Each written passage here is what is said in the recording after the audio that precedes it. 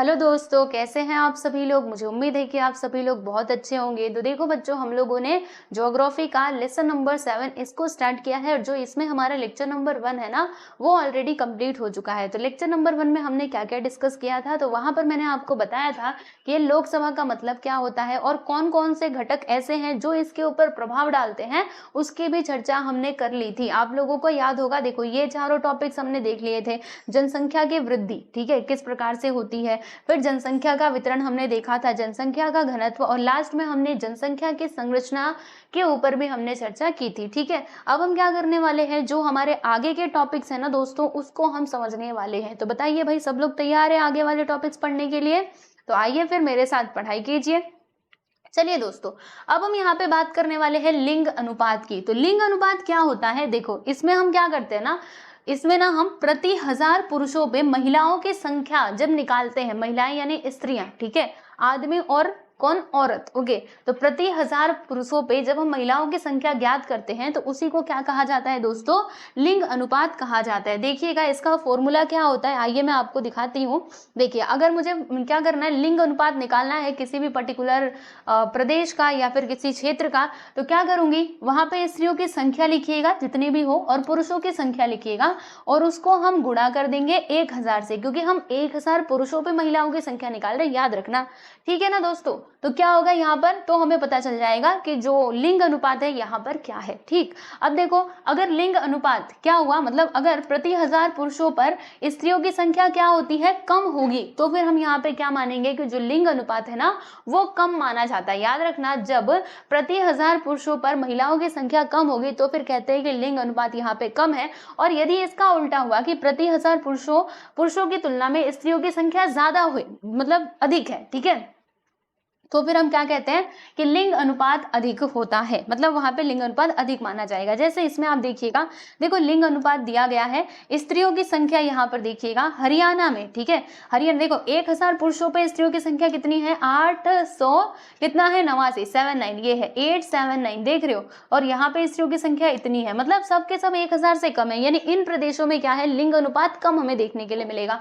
Okay दोस्तों, okay, मतलब महिलाएं यहाँ पर कम है, आदमी लोग ज्यादा होंगे। और इसमें देखिएगा, ये जो आपका केरल वाला प्रदेश है, इसमें देखो महिलाओं की संख्या कितनी है, 1084, यानी कि ये तो पुरुषों से क्रॉस कर गई, ठीक है, पुरुषों से ज्यादा हो गई। अब इसका मतलब क्या हुआ कि लिंग अनुपात अधिक है ना। अब देखो यहाँ पे ना एक और बात बताती हूँ, चलो ये तो आप समझ गए, लेकिन देखो कहीं पर अगर आपको स्त्रियां ज्यादा दिखाई दे रही हैं, सुनना बड़े ध्यान से, हाँ ये बड़े काम की बात है, अगर आपको कहीं पर स्त्रियां ज्यादा दिखाई दे रही हैं पुरुषों की तुलना में, तो आप ऐसे समझिएगा कि वहां के जो पुरुष है ना, वो बाहर जा चुके हैं काम करने के लिए, ठीक है, क्योंकि वो बाहर गए हैं काम करने के लिए। अब ऐसा नहीं कि पुरुष है ही नहीं है, लेकिन वो बाहर के देश, बाहर के शहरों में गए हैं काम करने के लिए, ठीक है, जैसे यहाँ पे केरल का एग्जाम्पल लिया गया है। और जहां पर ये स्त्री का अनुपात, मतलब ये स्त्रियों की संख्या कम है, वहां पे तो सही में इनका जन्म दर ही कम होता है, यानी ज्यादा जो बच्चियां हैं, ज्यादा लड़कियां वो जन्म ही नहीं ले पाती, ठीक है ना। तो ये बात यहाँ पर हो जाती है। ओके, तो देखिएगा इसमें वही बात दी गई है जो मैंने आपको बताया कि जहां स्त्रियों का अनुपात पुरुषों से अधिक है, वहां मुख्यतः पुरुषों का उत्प्रवास अधिक होता है। उत्प्रवास का मतलब आप समझ रहे हो, ये अपना प्रदेश छोड़ करके दूसरे प्रदेश में जाते हैं व्यवसाय के लिए, काम धंधे के लिए, ये सारी बातें, ठीक है।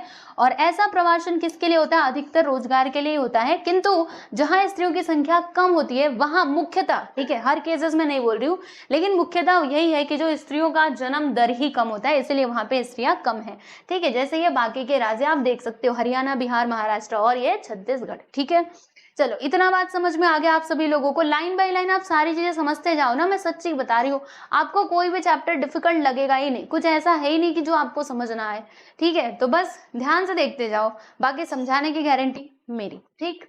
चलो यहाँ तक समझ में आया। अब हम समझते हैं आयु समूह अनुपात। अब ये आयु समूह अनुपात क्या होता है, ये तो हमने लिंग अनुपात देखा, लिंग अनुपात में हम बस महिलाओं और पुरुषों को ही मानते हैं, यानी महिला और पुरुष बस, ठीक है, वो बड़ा है छोटा है इससे कोई मतलब नहीं है, महिला और पुरुष, स्त्री और वही आदमी, ठीक है। अब इसमें हम क्या करेंगे, आयु समूह, यानी कि आयु में हम बांटेंगे कि इतने से इतने आयु के कितने लोग हैं, इतने से इतने आयु के, जैसे 20 से 30 वाले कितने हैं, 30 से 40 वाले कितने हैं, ठीक है, ये सारी चीजें। तो आइए जरा हम समझते हैं। देखिएगा, किसी प्रदेश में जनसंख्या के उप घटकों के वर्गीकरण हेतु जब आयु का विचार किया जाता है तो उसे जनसंख्या की आयु समूह संरचना कहते हैं। यानी जब हम मान लीजिए हमें क्या करना है, जनसंख्या का अध्ययन करना है ना, उस टाइम पे हम क्या कर रहे हैं, आयु का जब विचार कर रहे हैं, राइट, तो उसी को क्या कहते हैं प्यारे दोस्तों, आयु समूह संरचना कहते हैं। ठीक है, इसका उपयोग भविष्य में, देखो ये जो आयु समूह संरचना है ना, ये क्यों जरूरी है, ये इसीलिए जरूरी है क्योंकि हमें इससे पता चलता है कि भविष्य में क्या होगा। जैसे देखो अभी जो बच्चे कितने साल के, 10 साल के, अब आज से 10 साल के बाद कितने साल के ये हो जाएंगे, 20 साल के होंगे, नहीं 20 साल के होंगे ना, 20 साल के हो जाएंगे तो ये काम करने लायक हो जाएंगे। यानी ये बच्चे क्या करेंगे बच्चों, काम करेंगे। ठीक है, तो ये जो आयु है ना, ओके, आयु के बेसिस पे क्यों जनसंख्या को डिवाइड किया जाता है, ताकि सरकार ये पता लगा सके कि अगले 10 सालों में, अगले 20 सालों में हमारे देश में किस प्रकार की पॉपुलेशन रहेगी, है ना, हमारे देश के विकास में कितना सहभागी होंगे। आप सोचिए ना कि 10 साल तक बच्चा कुछ नहीं करता, क्या करता है, बस खेलते घूमते रहता है। अब उससे आप ये आशा रखो कि ये काम करेगा, नहीं, ऐसा नहीं हो सकता, है ना। तो इनसे कोई आशा नहीं है क्योंकि ये तो खुद ही अपने खाने पीने के लिए अपने पेरेंट्स के ऊपर निर्भर रहते हैं। समझ रहे हो इस बात को, तो वही चीजें हैं यहाँ पर। ओके, तो वही है कि इसका उपयोग भविष्य में कार्यशील आयु समूह है, यानी कितने कार्यशील होंगे, कितने आश्रित होंगे। आश्रित मतलब क्या, जो कुछ करते नहीं है, जो दूसरों पे निर्भर रहते हैं खाने पीने के लिए। ठीक है, तो यह समझने में मदद मिलेगी। साथ ही कार्यशील एवं आश्रित समूहों का अनुपात जानने के लिए उपयोग होता है। ठीक है, भारत में कार्यशील जनसंख्या का समूह 15 से कितना, देखिएगा 59। मतलब अगर मैं भारत की बात करूं, चलिए अब मैं आपको बताती हूँ। ठीक है, अब देखो ये सारी चीजों को अंडरलाइन करते जाना, याद करना है आप लोगों को। देखिए कार्यशील, भारत की अगर मैं बात करूं तो कार्यशील जनसंख्या कहाँ से कहाँ तक होती है, तो ये होती है 15 से लेकर के 59, यानी ये 15 से लेकर के 59 तक के जो लोग हैं ना, क्योंकि हमारी सरकार ने मैक्सिमम एज कितना रखा है रिटायरमेंट का, 60। ठीक है, 60 के बाद सरकार अभी रिटायर कर देती है, भैया आप जाइए, अब हम आपको पेंशन देंगे, है ना, आपने पूरे जीवन सेवा की, बहुत कृपा रही, अब आपको पेंशन देंगे। ठीक है, तो क्या मैं आपको बताना चाहती थी कि हमारे देश में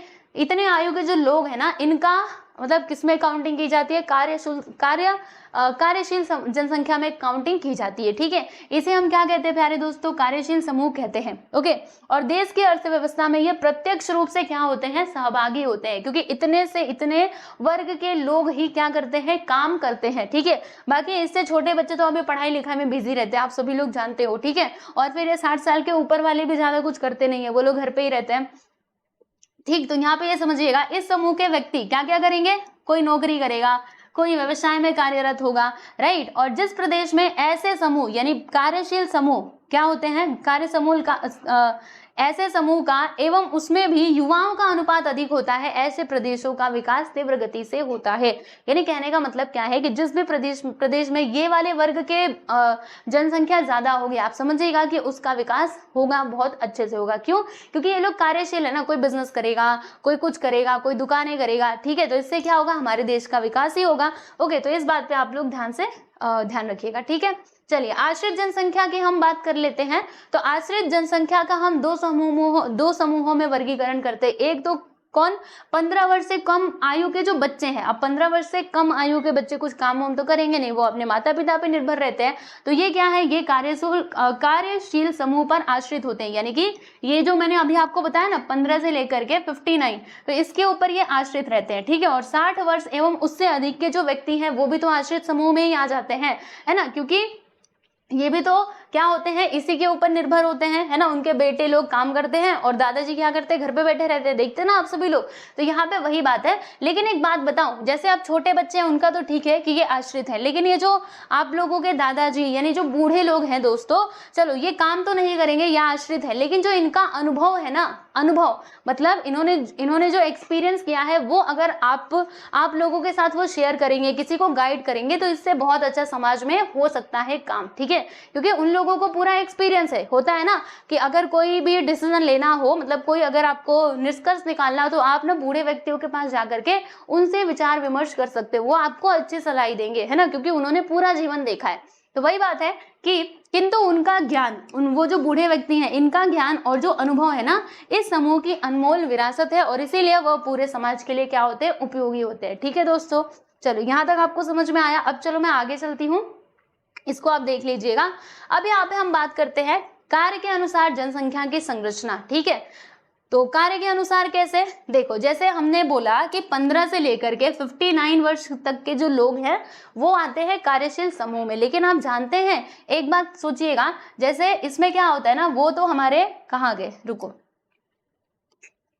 इसको हमने किस समूह में बांटा था, कार्यशील जनसंख्या में बांट दिया था। लेकिन सुनिएगा, अभी इसमें भी ना आप दो वर्गीकरण कर सकते हो, क्योंकि देखो इसमें से अब सभी के पास तो जॉब होगी नहीं, कुछ ही ऐसे लोग होंगे। देखो जैसे कुछ लोग होता है ना कि जो लोग क्या होते हैं, बेरोजगार होते हैं, ठीक है, इसमें से कुछ लोग क्या होंगे, बेरोजगार होंगे। ओके, तो ऐसे करके हम दोनों का डिवीजन कर देते हैं। तो समझिएगा, प्रदेश की जनसंख्या को कार्यशील एवं अकार्यशील समूहों में वर्गीकरण किया जा सकता है। कार्यशील मतलब जिनके पास काम है, किसी के पास नौकरी है, किसी के पास व्यवसाय है, ये सारी चीजें जो लोग कर रहे हैं वो कार्यशील में आ जाएंगे, यानी कुछ ना कुछ वो काम कर रहे हैं। और अकार्यशील कौन होंगे, जो कुछ ना कर रहा, ठीक है। तो समझिएगा, जो लोग कार्यशील समूह में होकर भी नौकरी अथवा व्यवसाय में कार्यरत नहीं है वे अकार्यशील हुए। समझ आया आप सभी लोगों को? यानी कहने का मतलब क्या है, कहने का मतलब सीधा सा है, जैसे कि देखिए ये है आपकी कार्यशील जनसंख्या, यानी जो काम करने लायक है। अब इसमें से कुछ लोग ऐसे हैं जो काम कर रहे हैं, ठीक है, काम कर रहे हैं तो वो आगे कार्यशील में, और ये बेचारे कुछ काम ना कर रहे, ऐसे ही बस पड़े हुए हैं, तो ये आगे अकार्यशील में। तो ऐसे करके हम इनका क्या कर सकते हैं, विभाजन कर सकते हैं, ठीक है। और जो अकार्यशील जनसंख्या है ना, वो कार्यशील पर क्या होती है, निर्भर होती है। यदि प्रदेश में कार्यकारी लोगों का प्रमाण अधिक होगा तो उस जनसंख्या, आइए आगे थोड़ा पढ़ते हैं, उस जनसंख्या को उद्यमशील जनसंख्या कहा जाएगा। ऐसे प्रदेश का विकास तेजी से होगा। आप ही सोचिए ना, कोई एक पर्टिकुलर प्रदेश है, वहां पे जो कार्यशील लोग हैं ना वो ज्यादा है, ठीक है, यानी ज्यादा लोगों के पास काम है, व्यवसाय है, ठीक है, बिजनेस है, राइट। तो उस प्रदेश का विकास तेजी से होगा, और जहां पर अकार्यशील वाले व्यक्ति रहेंगे वहां पर तो विकास धीरे धीरे ही होगा। सिंपल सी बात है, तो यही आप ध्यान रखिएगा, ठीक है दोस्तों। चलिए यहाँ पे मैं आपको बताती हूँ निवास स्थान के बारे में। तो निवास स्थान के बारे में हमें क्या पढ़ना है, तो देखिएगा, अधिवास के अनुसार प्रदेश में जनसंख्या का वर्गीकरण ग्रामीण एवं नगरीय जनसंख्या में किया जा सकता है। यानी अधिवास के अनुसार, जैसे कि जो लोग गाँव में रह रहे हैं उनका वर्गीकरण हम किस प्रकार से कहेंगे कि ग्रामीण जनसंख्या, और जो शहरों में रह रहे हैं उनको हम क्या कहेंगे, शहरी यानी कि नगरीय जनसंख्या, ठीक है। तो ऐसे करके हम क्या कर सकते हैं, सेटलमेंट यानी अधिवास के, यानी उनके निवास स्थान के आधार पे हम यहाँ पे डिवीजन कर सकते हैं, ठीक है। तो ग्रामीण भाग में होता क्या है, आप सुनिएगा, ग्रामीण भागों में लोग बड़े पैमाने पर प्राथमिक व्यवसायों में कार्यरत होते हैं। बिल्कुल सही बात है भाई, गांव में हम देखते हैं ना क्या करते हैं लोग, ज्यादातर करके प्राथमिक, देखो आपने व्यवसाय के देखे थे 3 टाइप्स, मेनली तो 3 टाइप्स होते हैं, मैं आपको बताती हूँ। प्राथमिक, फिर क्या होता है द्वितीयक और तृतीयक, ठीक है, प्राइमरी, सेकेंडरी और टर्शरी, ओके, होता है ना। तो प्राइमरी मतलब क्या, जो आप खेती से रिलेटेड, यानी जो आपके प्राकृतिक घटक है, ठीक है, उसके ऊपर निर्भर कोई व्यवसाय कर रहे हो, कोई काम कर रहे हो, है ना, तो वो आपका किस में आ जाता है, प्राथमिक में आ जाता है। द्वितीयक मतलब क्या होता है, तो प्राथमिक से जो हमें चीजें मिलती हैं, जब हम उसका उपयोग करके कुछ नई चीज बनाते हैं, जैसे मैं आपको बताती हूँ, देखो दूध, जैसे मान लो किसान है, ठीक है, अब किसान ने क्या पाली हुई है, लो भैया इन्होंने गाय पाली हुई है, गाय से इनको क्या मिल रहा है, दूध मिल रहा है, ठीक है। तो यहाँ पे किसान जी जो है ना वो कौन सा व्यवसाय कर रहे हैं, बोलना जरा, प्राथमिक, क्योंकि ये गाय क्या है, ये प्राकृतिक, प्रकृति ने हमको दिया है, तो ये प्राथमिक में आ गए, कौन, किसान। अब ये दूध हमने ले जा करके वो डेयरी फार्म जो था वहां पे रखा, अब वहां पर वो फैक्ट्री के अंदर इसके ऊपर पूरा क्रिया करके इसको बनाया जा रहा है, क्या बना रहे हैं, कोई छाछ बना रहा है, ठीक है, या फिर यहाँ पे हम पनीर बना ले रहे हैं, है ना, फैक्ट्री के अंदर बनाया जा रहा है, तो ये आपका द्वितीयक हो जाएगा। और फिर उसके बाद तृतीयक यहाँ पे क्या आता है, तृतीयक यानी जैसे कि बैंकिंग की सर्विसेज हो गई, है ना, यानी जो भी सेवा क्षेत्र है वो सभी तृतीयक में आ जाते हैं। तो देखो मैं आपको यहाँ पे क्या बताना चाहती थी, यहाँ पर ये बताना था मुझे कि ग्रामीण भाग में जो लोग हैं ना वो प्राथमिक व्यवसायों में कार्यरत रहते हैं, जबकि नगरीय भागों में लोग कौन कौन से व्यवसाय करते हैं, तो द्वितीयक एवं तृतीयक, है ना, जो हमारे शहर होते हैं वहां पे कृषि करने वाले लोग आपको ज्यादा मिलेंगे नहीं, ठीक है, वहां पे लोग या तो ये फैक्ट्रीज वगैरह में काम करते रहेंगे या फिर जो सेवा क्षेत्र है उसमें आपको काम करते हुए मिलेंगे, ठीक है। तो कार्यरत जनसंख्या का प्रमाण अधिक होता है, ओके, जो काम करने वाली जनसंख्या है वो हमें शहरों में ज्यादा देखने के लिए मिलती है ना। तो ग्रामीण जनसंख्या प्रदेश में अन्न उत्पादन में कार्यरत होती है, नगरीय जनसंख्या अनाज खाद्य सामग्री हेतु ग्रामीण जनसंख्या पर आश्रित रहती है। यानी कहने का मतलब क्या है कि जो ग्रामीण जनसंख्या है वो क्या करती है, भोजन का उत्पादन करती है। भोजन यानी क्या, वही खाने वाली चीजें, गेहूं धान, ओके, ये सब का। और जो शहर वाले लोग हैं वो खाने के लिए, खाद्यान्न के लिए किसके ऊपर निर्भर रहते हैं, तो ग्रामीण भागों की जो जनसंख्या होती है ना उसके ऊपर वो निर्भर रहते हैं। ये बात भी आप लोग ध्यान रखिएगा, ठीक है। तो ये हो गया निवास स्थान, इसके बारे में मैं मतलब इसके बारे में भी मैंने आप लोगों को बता दिया है। अब मेरे ख्याल से आपको ये बात भी समझ में आ गई होगी दोस्तों। चलिए अब यहाँ पे हम कुछ और बातें करेंगे और अगला टॉपिक हमें किसके बारे में पढ़ना है, साक्षरता के बारे में पढ़ना है, ठीक है। यहाँ पर अभी हम क्या जानेंगे, साक्षरता। साक्षरता यानी क्या होता है, पढ़ा लिखा होना, ठीक है। समझ आ रहा है कि नहीं। निवास स्थान भी हमने देख लिया किस प्रकार से हमें यहाँ पे जनसंख्या देखने के लिए मिलती है। अभी जो साक्षरता है इसकी बात हम करने वाले हैं, ठीक है। अब ये साक्षरता क्या है, तो मैंने आपको बताया ना पढ़ा लिखा होना। तो देखिएगा, समाज में कुछ लोग साक्षर होते हैं तो कुछ लोग कैसे होते हैं, निरक्षर होते हैं। यानी कुछ लोग पढ़े लिखे होते हैं, कुछ लोग अनपढ़ होते हैं, है ना। यदि कोई व्यक्ति लिखना पढ़ना जानता हो तो हमारे देश में उसे साक्षर माना जाता है। आप बोलेंगे साक्षर क्या है, साक्षर हम उसी व्यक्ति को कहेंगे क्या जिसने बड़ी बड़ी डिग्रियां हासिल की हो, जो PhD किया हो, तो ऐसा नहीं है, ठीक है। अगर किसी व्यक्ति को लिखना पढ़ना आता है, क्योंकि बेसिक सुविधाओं के लिए यही जरूरी है, ठीक है, ताकि आप अपना काम ठीक से कर पाओ। तो अगर किसी व्यक्ति को लिखना और पढ़ना आता है तो फिर हम क्या कहेंगे, उसको साक्षर कहेंगे, राइट। और जिसको ये भी ना आता उसको तो निरक्षर ही कहा जाएगा।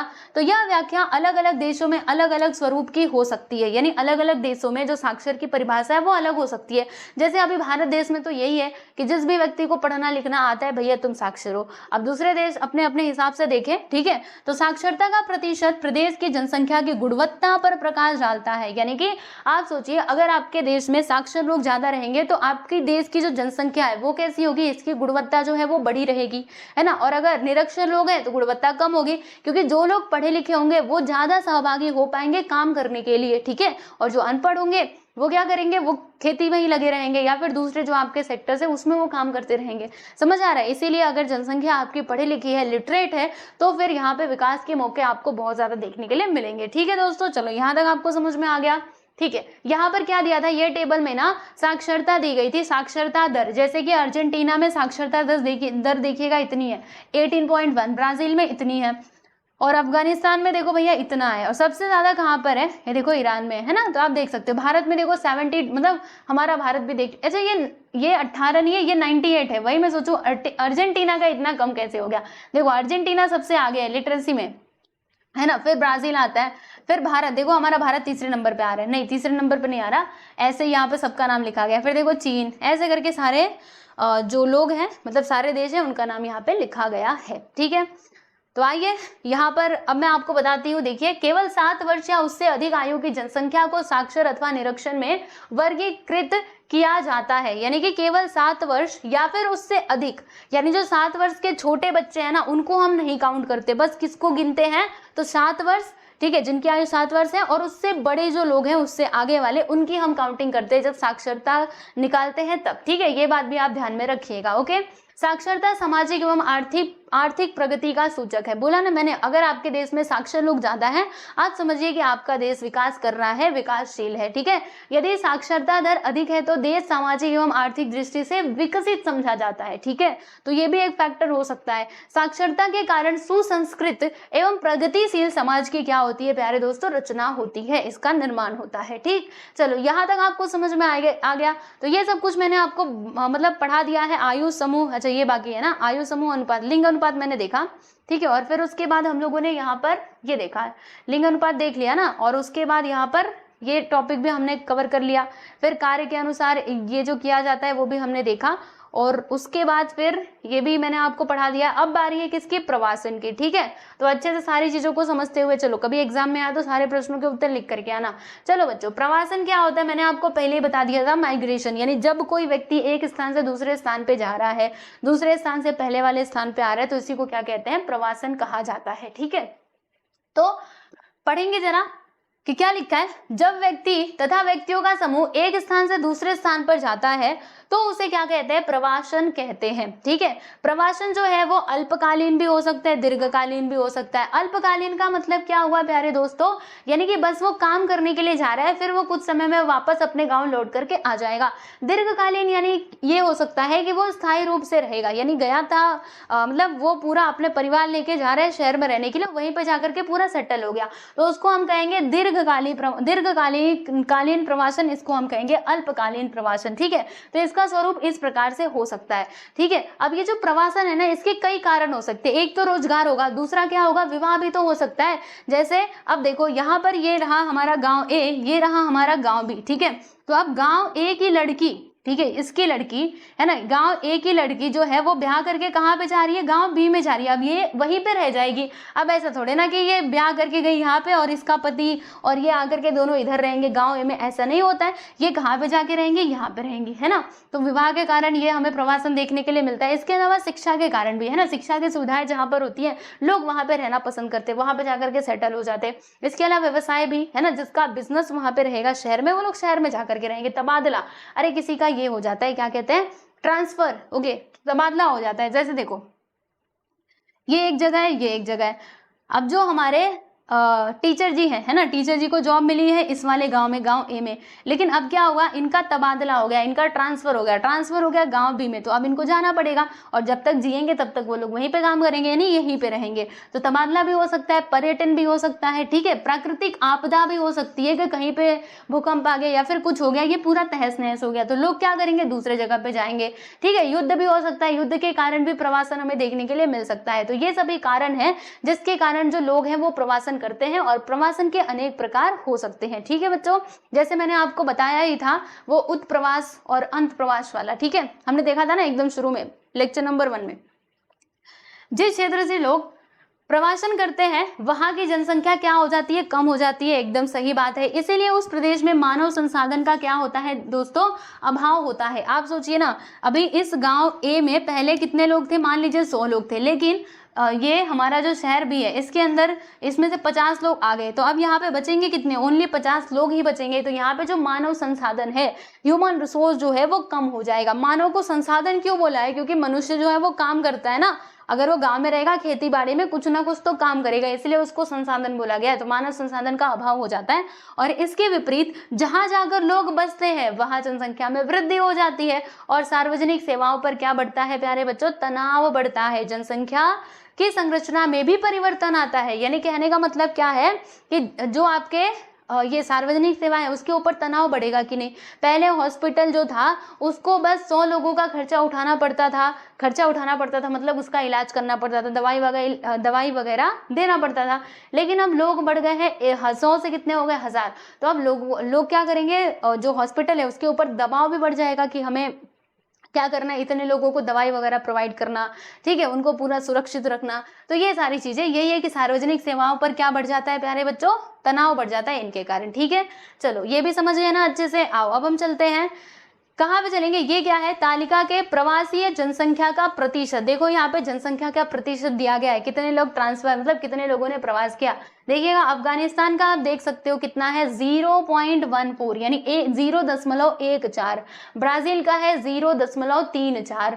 फिर इसका कितना है, शून्य नहीं, ये देखो कुवैत का है 62, यानी कि 62.11। बांग्लादेश का है 0.73। ऐसे करके आप देख सकते हो। भारत का देखना प्रवासन कितना है, 0.52, यानी कि 0.52। इस प्रकार से यहाँ पे सबका जो प्रवासी जनसंख्या का प्रतिशत है वो दिया गया है। ठीक है, भारत का देखो थोड़ा कम है ना, तो आप देख सकते हो।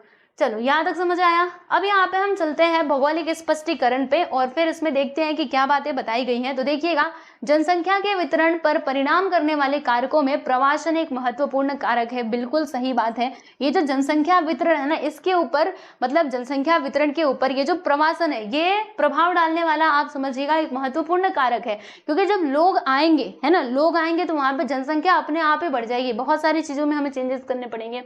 ठीक है, प्रवासन के कारण प्रदेश की जनसंख्या का क्या होता है, पुनर्वितरण होता है, जनसंख्या की संरचना पर भी असर पड़ता है, हर चीज पे बढ़ेगा। अरे सोचो, सब लोग आए जा रहे हैं शहर में, जनसंख्या घनत्व भी बढ़ेगा, जो संरचना है इनकी वो भी हमें चेंजेस देखने के लिए मिलेंगे। ठीक है, और क्या मिलेगा, और जो यहाँ पर क्या दिया गया था, यहाँ पे एक और बात दिया गया था, रुकिएगा। प्रवासन के कारण प्रदेश की जनसंख्या का पुनर्वितरण होता है और जनसंख्या की संरचना, संरचना तो मैंने आपको बता दिया, बिल्कुल। जनसंख्या का वितरण, इसके ऊपर भी प्रभाव पड़ेगा। तो ये सारी चीजें आप देख सकते हो ओनली बिकॉज ऑफ प्रवासन, ठीक है। तो प्रवासन एक बहुत ही महत्वपूर्ण कारक है। तो वो तालिका हमने देखी थी ना, कुछ देशों का जो प्रवासी जनसंख्या अनुपात है वो दिया गया है। जहां प्रवासी जनसंख्या का प्रतिशत अधिक है वहां मुख्यतः रोजगार एवं व्यवसाय के अवसर, प्राकृतिक संसाधनों की उपलब्धता, आर्थिक विकास इत्यादि कारकों का परिणाम है। इसके विपरीत राजनीतिक एवं सामाजिक परिस्थितियां, आर्थिक पिछड़ापन इत्यादि कारणों से प्रवासितों की संख्या कम होती है। भारत जैसे देश में प्रवासितों का प्रतिशत भले ही कम हो किंतु जनसंख्या की तुलना में यह संख्या अधिक दिखाई पड़ती है। यानी कहने का मतलब क्या है कि ये जो प्रवास है ना वो किस लिए हो रहे हैं, तो बहुत सारे कारण हो सकते हैं। कहा ना मैंने आपको पहले ही पूरा ये कारण बता दिया कि यहाँ पे हमें ज्यादा क्यों देखने के मिल रहा है, ये प्रवासन हमें ज्यादा देखने के लिए क्यों मिल रहा है। तो कारण है, किसी को व्यवसाय करना है, किसी को रोजगार करना है, ठीक है, किसी को जॉब मिल गई शहर में तो वो वहां पे चले जाते हैं, किसी को एजुकेशन यानी पढ़ने के लिए जाना है, ठीक है। वैसे देखो हमारे भारत देश में भी कम ही दिखाई दे रहा है, कितना दिखाई रहा है 0.52, ठीक है। तो हमें देखने में ये कम लग रहा है कि 0.52 ही है, लेकिन अगर आप देखो ये जनसंख्या का प्रतिशत बोला गया है। आपके यहाँ पे जितनी भी प्रतिशत है ना, मतलब जितना भी जनसंख्या है, ठीक है, उसका उसमें से मान लीजिए वो पूरा 100% है ना, तो 100 में से इतना प्रतिशत, ओके, क्या है, ये इन्होंने प्रवासन किया है। तो अगर आप जनसंख्या के हिसाब से देखोगे ना दोस्तों, ये आपको काफी ज्यादा दिखाई देगा। ओके, ये तो यहाँ पे प्रतिशत में लिखा है इसलिए यहाँ पे आपको कम दिखाई दे रहा है, क्योंकि भारत की जनसंख्या भी उतनी ज्यादा है, ये बात भी ध्यान रखना, ठीक है। तो यहाँ पे वही सारी बातें बताई गई है जो मैंने आपको एक्सप्लेन किया। चलो आगे चलते हैं और यहाँ पे कुछ और मुद्दों पर चर्चा करेंगे। ये देखो ये अंकल जी कर रहे हैं प्रवासन, है ना, आंटी जी और बच्चे के साथ चल दिए हैं शहर की तरफ। देख रहे हो, अपना गाँव छोड़ दिया। ये लो भैया, ये था इनका गांव, देखो गांव की याद आएगी। और यहाँ पे देखो शहर के पास ये चुंबक क्यों बनाया गया है, ये क्या है, ये आपका चुंबक है, मैग्नेट है। मैग्नेट बनाने का यहाँ पे कारण क्या है कि शहर जो है लोगों को अपनी तरफ खींच रहा है ना। खींच रहा है मतलब क्या, अब यहाँ पे सभी लोगों को सुविधाएं मिलेंगी, रोजगार मिलेंगे तो लोग इसी की तरफ जाएंगे ना। तो वही है कि ये जो चुंबक है ना ये इनको खींच रहा है, गाँव के लोगों को अपनी तरफ खींचता है, ठीक है। तो इसलिए ये बनाया गया, आप देख सकते हो, ठीक। चलिए तो यहाँ पर अब कुछ एक्टिविटीज दी गई हैं, आप देख लेना। आओ अब मैं आपको ना कुछ और बातें बताती हूँ और उसके बाद देखते हैं और कितने टॉपिक्स बचे हुए हमारे। तो ये है जनसंख्या एक संसाधन और क्या है, मानव विकास सूचकांक, बिल्कुल बहुत ही महत्वपूर्ण है मानव विकास सूचकांक। और उसके बाद क्या है यहाँ पे महाराष्ट्र के जनसंख्या का घनत्व, ठीक है। तो यहाँ पे और भी हमें कुछ टॉपिक्स पढ़ने हैं तो पढ़ना तो पड़ेगा, है ना। चलिए शुरू करते हैं। यहाँ पे हम जनसंख्या एक संसाधन, जनसंख्या को संसाधन क्यों कहा गया है, क्योंकि सुनो ना, जो जनसंख्या है वो भी तो काम करती है। ओके, जैसे अभी हमने कार्यरत जनसंख्या को ऐसे क्लासिफाई किया था कि काम करने वाले लोग, ओके, तो वो लोग काम में आ रहे हैं ना, काम में आ रहे हैं इसीलिए हमने उसको संसाधन को, कोई भी संसाधन किसको कहते हैं, जो हमारे काम आए। तो जनसंख्या अगर ज्यादा रहेगी वहां किसी भी प्रदेश की तो वहां पे काम ज्यादा होगा, सिंपल सी बात है, ठीक है, लेकिन वो कार्यरत होनी चाहिए तो इसीलिए इसको संसाधन बोला गया है। तो देखिएगा, किसी भी देश के आर्थिक, सामाजिक एवं सांस्कृतिक विकास में जनसंख्या एक महत्वपूर्ण संसाधन है, बिल्कुल सही है। अगर आप चाहते हो कि किसी देश का आर्थिक विकास, सामाजिक और सांस्कृतिक विकास हो तो उसमें जनसंख्या एक बहुत ही महत्वपूर्ण रोल प्ले करती है। लोगों की संख्या की अपेक्षा उनकी गुणवत्ता महत्वपूर्ण है। अब देखो यहाँ पे एक और बात, ठीक है, अब ये मत आप सोचो जैसे मान लीजिए 100 लोग हैं आपके इस गांव में, लेकिन जानते हैं इसमें से बस 20 लोग ही काम कर रहे हैं, बाकी सब ऐसे ही, कोई पढ़ रहा है, कोई बूढ़े हैं, बुजुर्ग हैं, ठीक है। तो यहाँ पर बताओ क्या विकास हो पाएगा अच्छे से, नहीं। तो क्या बोला, बहुत ही महत्वपूर्ण बात बोली गई है कि लोगों की संख्या की अपेक्षा यानी नंबर से ज्यादा उनकी जो गुणवत्ता है ना वो मायने रखती है, ठीक है, कि कितने लोग कार्यरत हैं। अब देखो यहाँ पर एक आपका गांव है, इसमें बस 50 लोग ही और 50 के 50 लोग क्या है भैया, कार्यरत हैं, ठीक है, ये लोग काम कर रहे हैं। तो बताना जरा कौन से गांव का विकास होगा, इनका होगा या फिर इनका होगा, इनका होगा। लेकिन संख्या की दृष्टि से देखोगे तो ये लोग ज्यादा, ये लोग कम है, ठीक है। तो ज्यादा जो मेहनत, मतलब आप समझिए कि जो कार्यरत वाले होंगे, जो कार्यशील होंगे, ओके, जिस भी प्रदेश में उसका विकास आपको तेजी देखने के लिए मिलेगा। आपको मतलब यहाँ पे ये मैटर नहीं करता कि आपके यहाँ पे संख्या कितनी है, उसकी गुणवत्ता जो है ना वो मैटर करती है, ठीक है।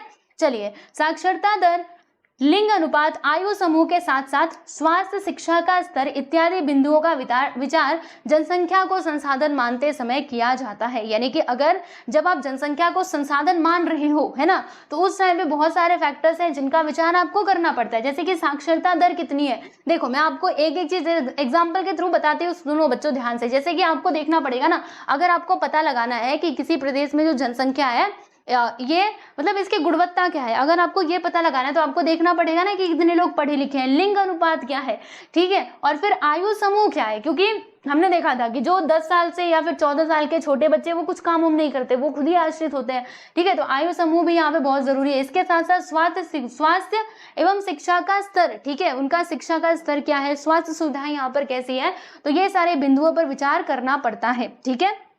जनसंख्या की गुणवत्ता के अनुसार कुशल एवं अकुशल मानव संसाधन की आपूर्ति होती है, ठीक है। मतलब क्या है इसका कि जनसंख्या की गुणवत्ता के अनुसार अगर इनकी क्वालिटी हाई रहेगी तो हम क्या कहेंगे कि यहाँ पे कुशल लोग ज्यादा है, बट अगर इनकी क्वालिटी कम है तो हम क्या कहेंगे, अकुशल लोग। कुशल समझते हो ना, जो काम करने में सक्षम हो, अच्छे से काम कर पाए, ओके, स्किल हो जिसके अंदर, और अकुशल मतलब इसी का अपोजिट कर देना, ठीक है दोस्तों। चलो यहाँ तक आपको समझ में आ गया, ओके। अब क्या हुआ कि इसका अर्थ है कि जनसंख्या में वृद्धि हुई, पर क्या तुम अपने विकास के बारे में कुछ कह सकते हो। अर्थात यदि वहां बढ़ी हुई जनसंख्या को रहने के लिए घर ना हो, पीने के लिए पानी ना हो, तो उस वृद्धि का क्या तात्पर्य है। बिल्कुल सही। देखो यहाँ पे आपसे सवाल पूछा गया, जैसे एक गांव है, ठीक है, उसमें हमने क्या देखा कि 1 साल पहले कितने लोग थे गांव के अंदर, 500 लोग थे। अब गांव के अंदर कितने लोग हो चुके हैं, हमारे 1000 लोग हो चुके हैं। तो जनसंख्या तो बढ़ी है, लेकिन पहले जितने संसाधन थे, एक ही नल था पूरे गांव के लिए, और अभी भी एक ही नल है। तो बताओ जरा, क्या हम इसको विकास कहेंगे। पीने का पानी जितना पहले आता था अभी भी उतना ही आ रहा है, तो क्या हम इसको विकास कहेंगे? नहीं। आपको हर चीज का ध्यान रखना पड़ेगा कि लोगों को, अगर लोग बढ़ रहे हैं तो वो सुविधाएं भी बढ़नी चाहिए। अगर लोगों के बढ़ने के साथ साथ सुविधाएं भी बढ़ रही हैं, ओके, तो फिर हम कहेंगे कि हाँ, अब सच्ची में हमारा देश विकास कर रहा है। वरना बस आप जनसंख्या बढ़ाए जा रहे हो और फिर सुविधाएं आप दे ना रहे हो, तो लोग कैसे जिएंगे? सब लोगों को अभाव रहेगा, कुछ अच्छे से हो कर ही नहीं पाएंगे, तो इसको हम विकास नहीं कहेंगे। ये बात पे आप लोगों को गौर से सोचना होगा। ठीक है दोस्तों, चलिए ये बात समझ में आ गई। अब मैं यहाँ पे ना आपको एक और चीज बताने वाली हूँ, which is human development index. रुको, पहले ये पढ़ के बता दो। देखो, काफी दशकों तक किसी देश का विकास केवल उस देश के राष्ट्रीय सकल उत्पाद, देखो यहाँ पे ना ये इकोनॉमिक्स की कुछ बातें बताई गई हैं, ओके, तो इसको गहनता से समझने का आप प्रयास कीजिएगा। आपको मैं समझाना चाहती हूँ जो उसको समझना, ठीक है ना। ये सब कुछ इकोनॉमिक्स में पढ़ा जाता है, लेकिन अब आपके ज्योग्राफी में आया है तो पढ़ो अच्छे से। देखो क्या है, काफी दशकों से, मतलब बहुत सालों से ऐसा चला आ रहा था कि जो राष्ट्रीय सकल उत्पाद है ना, इसी से तय होता था किसी भी देश का विकास। यानी कि हमारे यहाँ पर राष्ट्रीय सकल उत्पाद कितना है। अब ये राष्ट्रीय सकल उत्पाद क्या होता है कि आपके देश के अंदर, ठीक है, कितना उत्पादन मतलब किया गया है सामान का, ओके, बिजनेसेस के द्वारा, जो कंपनीज हैं, ओके, उन लोगों ने कितने सामान बनाए हैं, ठीक है, उसके ऊपर क्या किया जाता था, इसी को हम कहते हैं राष्ट्रीय सकल उत्पाद, ओके, टोटल, ओके।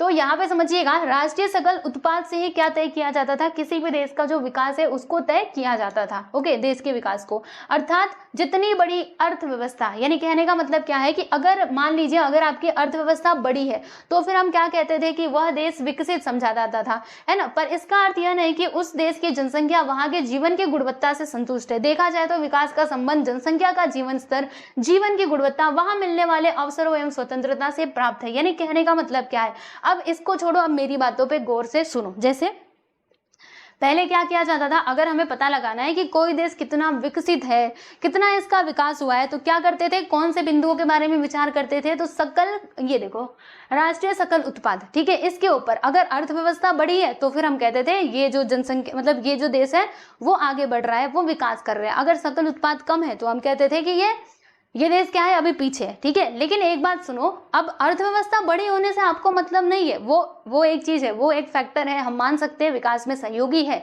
लेकिन इसके अलावा जो वहां पे रहने वाली जनसंख्या है, ओके, उनको प्रॉपरली सारी सुख सुविधाएं मिल पा रही है कि नहीं, हेल्थ की, फिर शिक्षा की, एजुकेशन की, ये सब कुछ अगर उनको मिल रहा है, ये भी तो बिंदु आपको सोचने पड़ेंगे ना। वरना आप सोचिए, आपकी अर्थव्यवस्था समझ लीजिए पूरे देशों से आगे है, लेकिन आपके यहाँ पर जो लोग है ना, लोग वो ठीक से ना रह रहे, उनको प्रॉपरली सारी सर्विसेज ना मिल रही, फिर ऐसे विकास, तो हम ऐसे में विकास कहेंगे ही नहीं, ठीक है।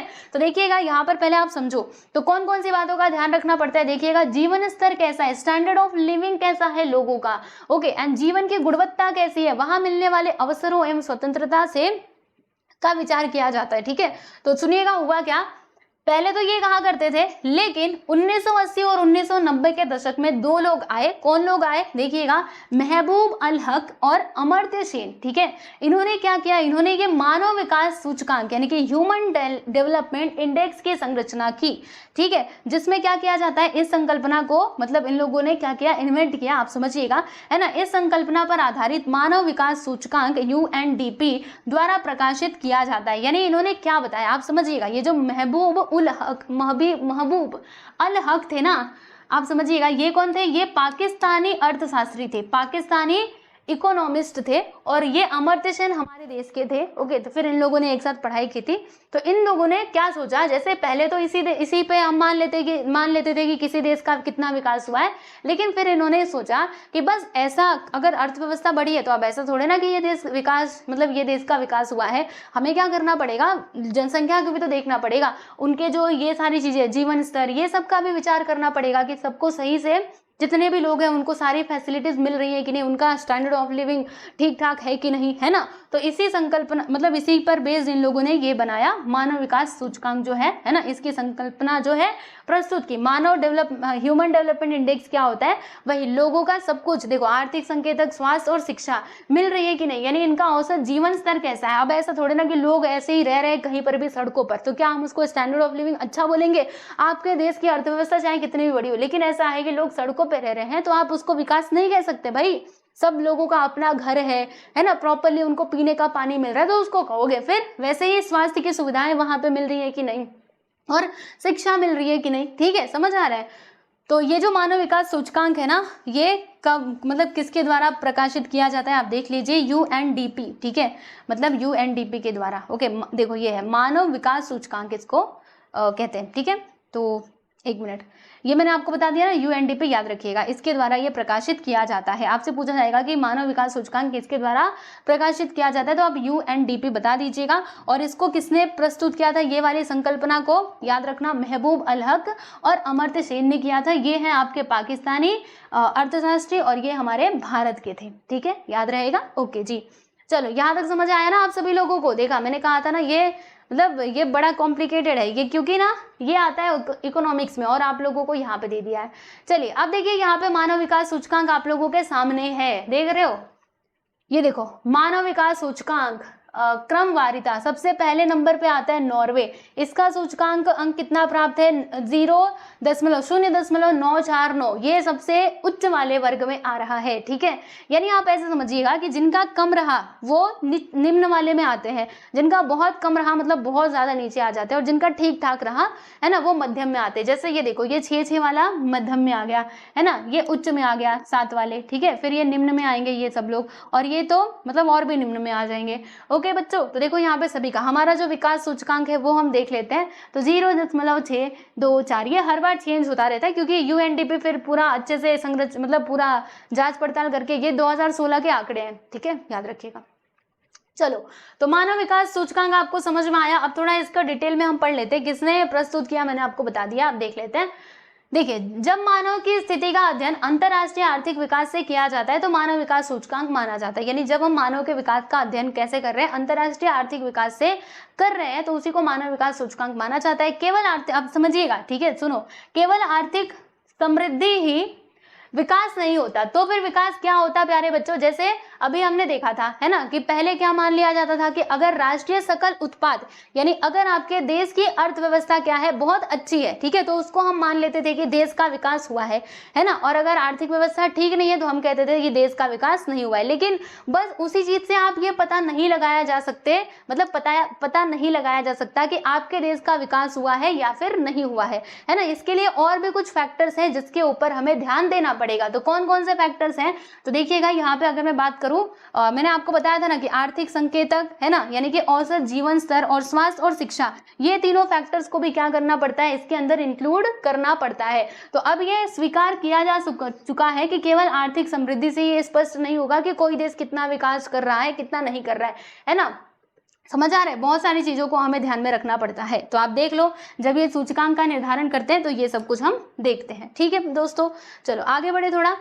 मानव विकास सूचकांक का मूल्य 0 से लेकर 1 के बीच होता है, ये भी ध्यान रखिएगा। जैसे आपने यहाँ पे कुछ नोटिस किया कि जो मानव विकास सूचकांक का मूल्य था ना, वो देखो कैसा है, मतलब कोई भी 1 से ज्यादा नहीं, आप देख सकते हो। यानी कहने का मतलब क्या है कि ये 0 से लेकर के 1 के बीच में ही होता है। देखो ये देखो 0.949 है, यानी आप क्या देख रहे हो यहाँ पे कि वो पूरा 1 के करीब है, यानी 0 हो सकता है, 1 हो सकता है, और उसके बीच में ही रहेगा, उससे ज्यादा या उससे कम नहीं हो सकता। तो ये बात पे भी आपको ध्यान रखना है।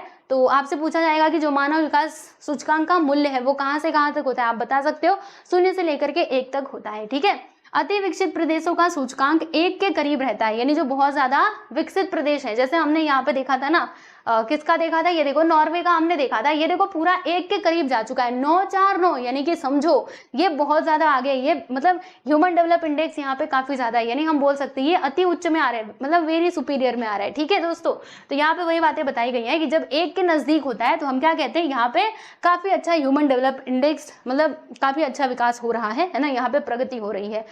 ओके, और फिर प्रगति का स्तर जैसे जैसे कम होगा वैसे वैसे यह सूचकांक भी कम होता जाता है। किसी प्रदेश में यदि विकास बहुत ही कम होगा तो सूचकांक किसके पास आ जाएगा भैया, 0 के आसपास आ जाएगा। ठीक है, इसमें देखा था ना हमने, देखो ये अभी 3 के मतलब 3 के पास है, यानी ये भी देखो निम्न में ही आ रहा है। नाइजर तो देखो, अफगानिस्तान भी निम्न में ही आता है, पाकिस्तान भी। ठीक है, भारत फिर भी मध्यम में आ रहा है। ओके, हमारा भारत देखो उच्च में नहीं आ रहा, लेकिन यहाँ पर देखिएगा ह्यूमन डेवलपमेंट इंडेक्स के हिसाब से अगर देखा जाए तो हमारा भारत जो है वो मध्यम वर्ग में आ रहा है। ठीक है दोस्तों, चलिए आगे बढ़ते हैं।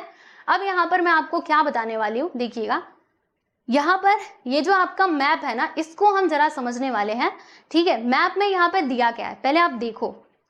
यहाँ पर ना जनसंख्या का घनत्व बताया जा रहा है इस मैप के माध्यम से, आपने इसको आराम से बैठ करके पढ़िएगा।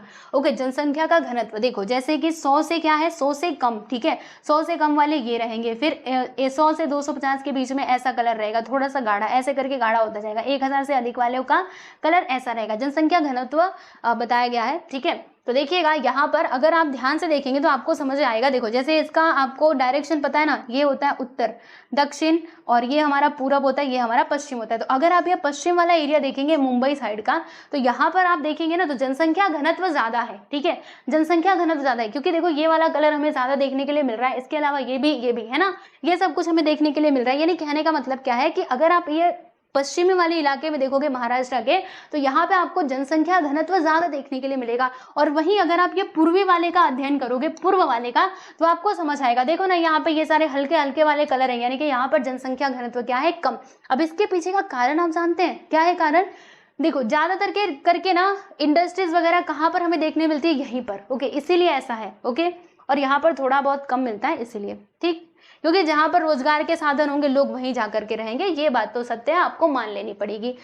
ठीक है, चलो आओ भौगोलिक स्पष्टीकरण हम जरा देखें तो महाराष्ट्र के जिला निहाय, अब देखो यहाँ पे घोर हिंदी दे दिया है ना, थोड़ा सा बताता अच्छे से समझ में आता है। जिला निहाय का मतलब क्या होता है, डिस्ट्रिक्ट, याद रखिएगा। डिस्ट्रिक्ट यानी जो जिला की बात की जा रही है वो। ठीक है, जब हम किसी क्षेत्र को जिला के हिसाब से, जैसे महाराष्ट्र को हमने जिला वाइज, डिस्ट्रिक्ट वाइज इधर बताया था ना, मुंबई में कितना, रत्नागिरी में कितना, सिंधुदुर्ग में कितना।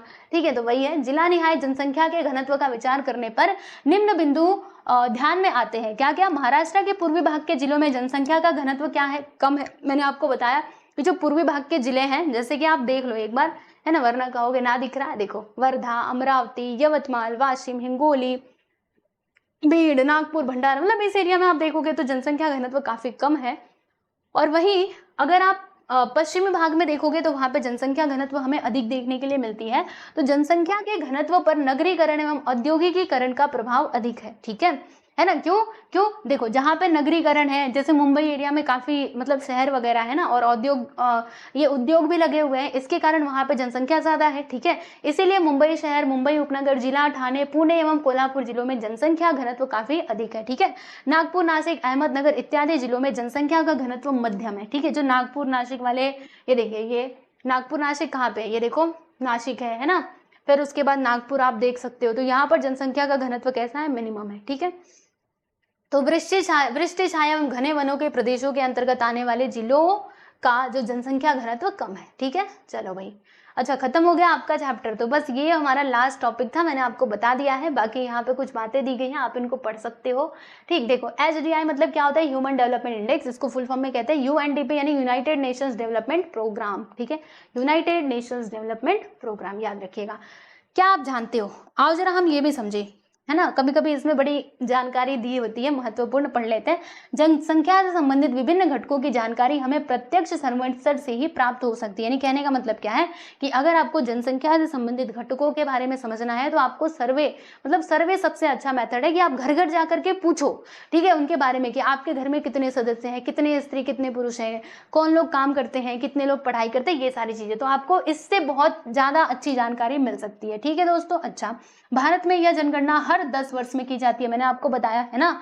इस दशक का सर्वेक्षण 2011 में हुआ था और इस सर्वेक्षण से प्राप्त सांख्यिकी जानकारी का उपयोग वर्गीकरण, आलेखों के द्वारा प्रस्तुतिकरण, तुलना, नियोजन इत्यादि महत्वपूर्ण कार्यों के लिए किया जाता है। ठीक है, फिर थोड़ा सा दिमाग लगाओ, ये आप दिमाग लगा लेना और इधर थोड़ा सा दिमाग लगा ले। देखो, पहले परिवार 1810, ठीक है, 1810 में ऐसे परिवार हुआ करते थे कि ये 2 हैं, लेकिन अब इनके साथ इनके बड़े बेटे, फिर बेटियां, फिर और मतलब कितने सारे बच्चे हैं ना। फिर उसके बाद धीरे धीरे करके लोगों में थोड़ा सा जागरूकता आई और उन्होंने और बच्चों को कम कर दिया। देखो यहाँ पे कितने बच्चे थे, 1 2 3 4 5 6 ना, कितने हो गए, 2 2 4 2 6, ठीक है, 6 बच्चे, मतलब कुल मिलाकर के 8 सदस्य। यहाँ पे देखो इन लोगों ने थोड़ा सा कमी की, तो 4 बच्चे और 2 माता पिता 6, और यहाँ पे अब तो भैया 2010 में और कम हो चुका है, हम 2 हमारे 1, तो ऐसे वाला सिस्टम। ठीक है, तो आप देख सकते हो यहाँ पर आपका ये जो पार्ट है लोक संख्या, ये होता है फाइनली समाप्त। मेरे ख्याल से आपको सारी चीजें समझ में आ गई होंगी, फिर भी कुछ डाउट है तो कमेंट सेक्शन में आप पूछ सकते हो। ठीक है, मिलते हैं अगली वीडियो में। ओके बच्चों, चलो बाय बाय एवरीवन।